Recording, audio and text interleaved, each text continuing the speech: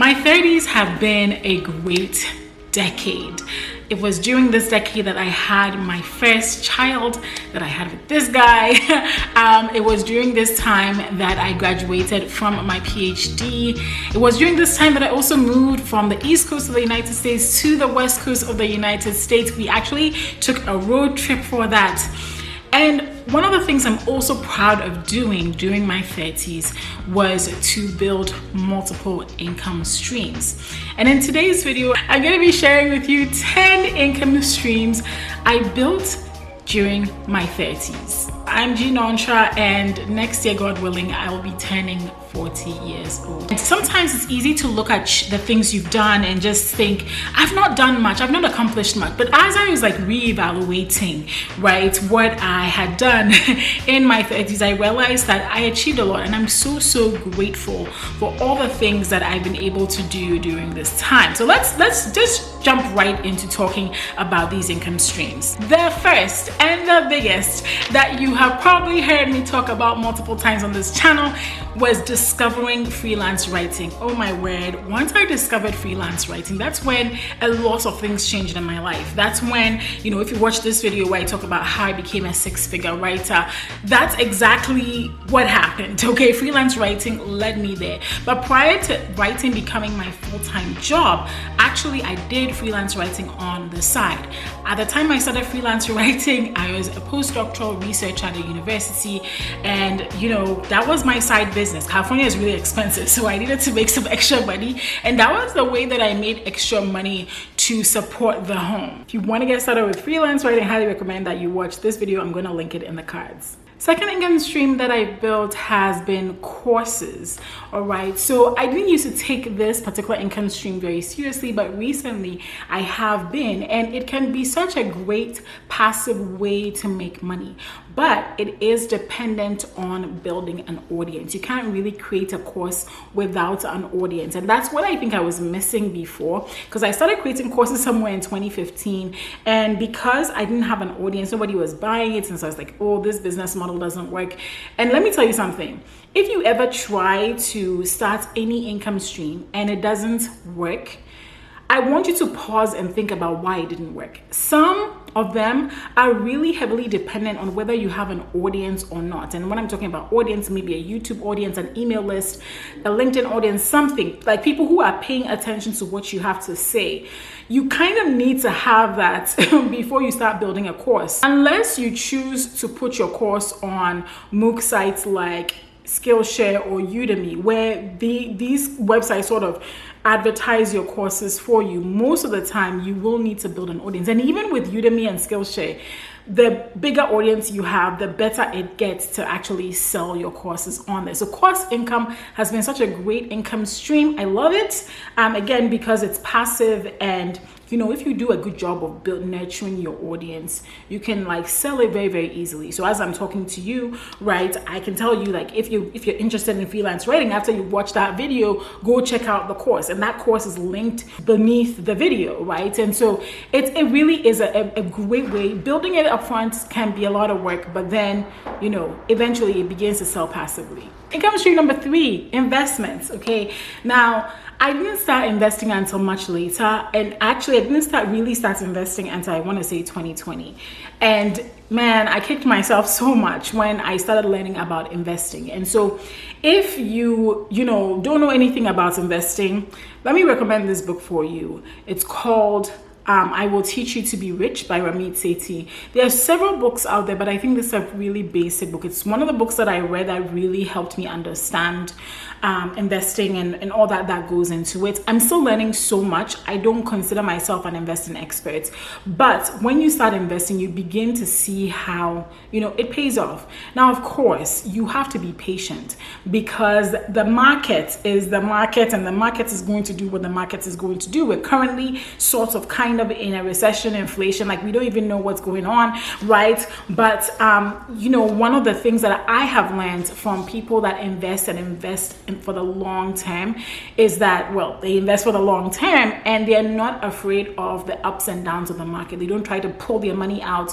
when the market is going down. They sort of ride the waves. Of course, you would have to be wise and kind of think about things and pay attention to the news and know when to pull out of particular stocks, but just pulling out of the stock market altogether, that's usually not a wise decision, at least from what I've learned so far. And so that book, I Will Teach You to Be Rich, I'm gonna leave it right in the description. Just go check it out. Affiliate income has also been a really great source of income for me. These days it's not such a big source of income for me, but definitely for a while it was. And all that is I recommend something to you that another company sells. If you click on a special link that I have at no additional cost to you, I get a cut of that commission. That has been great. I think affiliate income, again, is one of those income streams that if you have an audience, it can work really well. And for a long time, people kind of exploited this.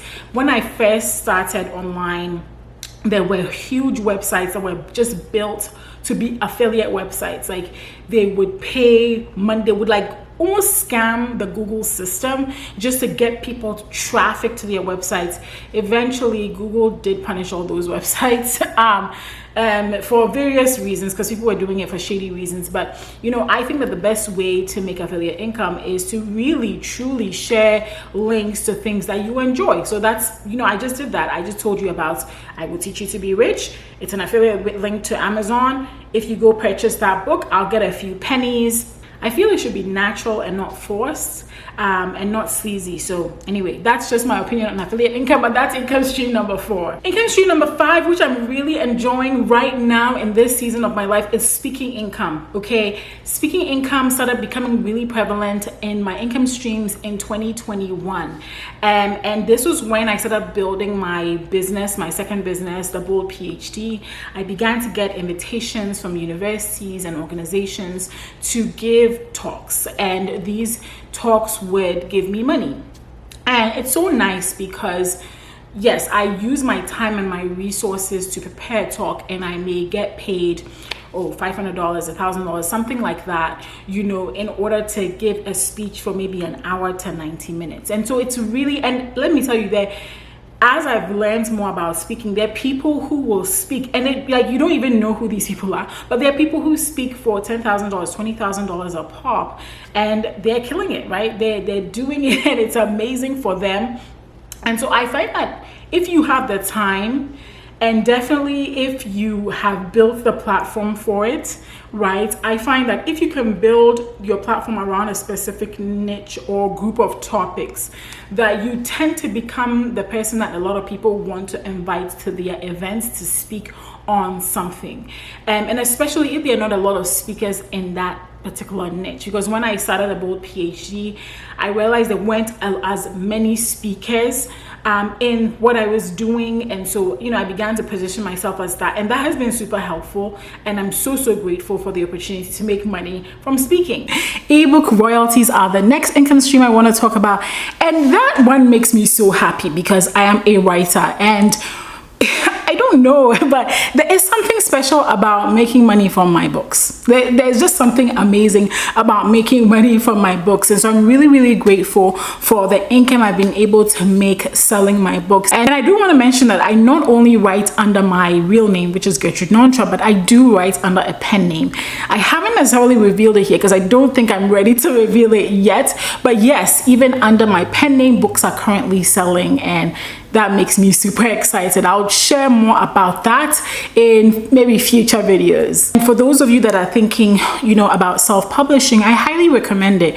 I mean, there are people that have found my books. I know nothing about them, but because they have searched on Amazon and because I've done a good job of, optimizing the book and making sure that it does have quality information, people have found that book and enjoyed it, right? And so I think if you're a writer, if you like to write books, or want to be able to share certain types of ideas, or you have people asking you the same question over and over again, ebooks are such a great information product to go ahead and put on a website like Amazon to sell. Google AdSense. Now, I have this sort of love-hate relationship with Google AdSense. You can get Google AdSense through a YouTube channel, or you can get Google AdSense payments through putting ads on a website, and then, you know, when people click through or people view those ads, you get money. But the thing is, Google AdSense is notorious for paying out very little, especially when you have their ads on your website. And back when I had my blog, my online biz journey, which now no longer exists, I actually used to put a lot of ads there, and I used to make a decent amount. It wasn't anything like wild, but I used to make a decent amount. But what I've been really excited about recently is that my YouTube channel, The Bold PhD, is monetized, okay? Because YouTube can make it really hard for you to monetize on this platform, okay? We're so grateful to them, because they could also choose not to monetize us, but hey, you know, sometimes you're like, what's going on? And then digital products. Now, I separated this from courses. I separated it out because yes, a course is a digital product, but sometimes there are differences. There really are differences. So there are people that sell things like planners, or they sell things like, you know, resume templates and stuff like that. And usually I think of those as digital products, whereas a course tends to be more instructional, more video based. People need time to go through the content, right? And so that's why I separated them. And so in the past, for instance, I've sold the emails, the email pitches that I sent to people in order for them to say yes to me as a freelance writer. I've sold those, right? For really cheap. I've also sold, like, I used to have this Instagram something template. I think I still have it on Gumroad. But it was like little products like that are low priced. I've sold products like that and I've made money. I've sold mostly through a platform known as Gumroad, and I find that it's incredible because Gumroad will pay you every 2 weeks, and if people need a refund, you can issue it fairly easily. It's also easy to upload things there and sell. You can take a link from there to your website. It's easy. Gumroad makes things easy. I'm so glad I discovered them a few years ago. Coaching is also another recent income stream. So I really didn't start coaching or making money from coaching until I want to say 2019. 2019 was when I realized I had a lot in me that I wanted to share. And I think that's also why I like speaking and writing so much, because I have a lot to say. And so any opportunity I have to teach through writing a book or through speaking is always such a reward for me. And I realized that coaching is another one of those platforms or opportunities where you can make money really teaching. I think I'm a teacher at heart, right? So I began coaching. My services have included like helping somebody who was setting up a business and she needed some guidance on how do I get started on Instagram. So I've coached people like that, coach people on how to take their idea from zero to writing the first draft of their book. At the beginning of 2021, I was even hired. Is it hired? I don't even know. But anyway, at the beginning of 2021, there was this group of nurses that invited me to come and do a 6-week thing, a 6-week training for some members of the group, and I helped them. And by the time we were done with the 6 weeks, there were several members in that coaching cohort that had the first drafts of their books. I was so proud of that, and so proud of them too, because they had done the work. And so coaching has been great for me as well, and I love that income stream. I do find it's not passive. It's not like courses or digital products that you can just kind of put on the website and you just mention and people go buy. It take up a lot of your energy. This income stream I haven't really chased. I know that there are people that their whole business model is around this particular income stream. Sponsorships, right? Doing sponsored content. I've had a few opportunities to do sponsored content, and I have gotten paid for sponsored content. It's not my favorite income stream, but I'm glad that those companies noticed that I was somebody that could potentially influence other people to buy something. And I really do think that with sponsorships, you always have to be thinking about your brand and whether it aligns, right? There were some things that didn't. There were people that reached out and wanted to give me free products. I don't do that. There are people that wanted me to do content for them for free. And here's what I want to say to you.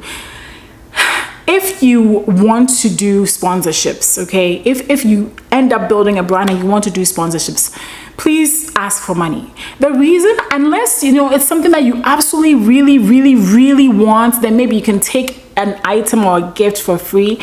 But the reason I'm saying that you should charge money for it is because when you create content, and especially when you create content on a platform that is search driven like YouTube, you're going to, that video, thousands of people are going to watch it over the years. There are videos I've made on this channel that in the beginning, not many people watched it. Over the years, thousands of people have watched those videos, right? You don't want to get stuck in that place where you didn't get money for it, but yet your videos keep on selling products for some company somewhere. I've even had somebody tell me one time I charged money. It wasn't even that, it wasn't a whole lot of money. I told them, well, this is going to be the rate. And the person actually wrote back and said, well, I don't think your audience is big enough to deserve that. Immediately I hear things like that. That's it. I will delete the email. Sometimes I'll even block you, because this shows that they don't respect your time. They want to make money off of you, and that's just my word of caution for you if you choose to do sponsorships. But yes, I've done some sponsorships. Yes, it had to be the right kind of sponsorship, and I'm grateful for those sponsorships that have come my way. So these are the income streams I've built in my 30s. I'm super excited. Let me know in the comments below, where are you watching this from? What were you doing when you were watching this video? And also, which one of these income streams have you tried or are you going to try? Let me know in the comments below.